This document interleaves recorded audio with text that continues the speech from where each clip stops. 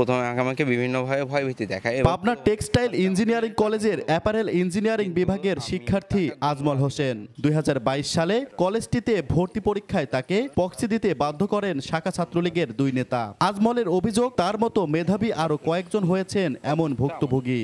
ভয়ের কারণে বাধ্য হয়ে তাদের সাথে প্রক্সিটা পরীক্ষাটা দিই। আজমলের ভাষ্য, কলেজ শাখা ছাত্রলীগের বর্তমান সভাপতি জাহিদ হাসান মামুন ও সহসভাপতি ইমতেহান ইমন তাকে পরীক্ষা দিতে বাধ্য করেছিলেন, না মানলে দেয়া হয়েছিল হত্যার হুমকি। সম্প্রতি কলেজের হল সুপারের কার্যালয়টি জোরপূর্বক দখল করে ছাত্রলীগের অফিস বানানোর অভিযোগ উঠেছে এই 2 নেতার বিরুদ্ধে। সে বিষয়ে খোঁজ করতে গিয়েই বেরিয়ে আসে তাদের অপরাধের নানা তথ্য।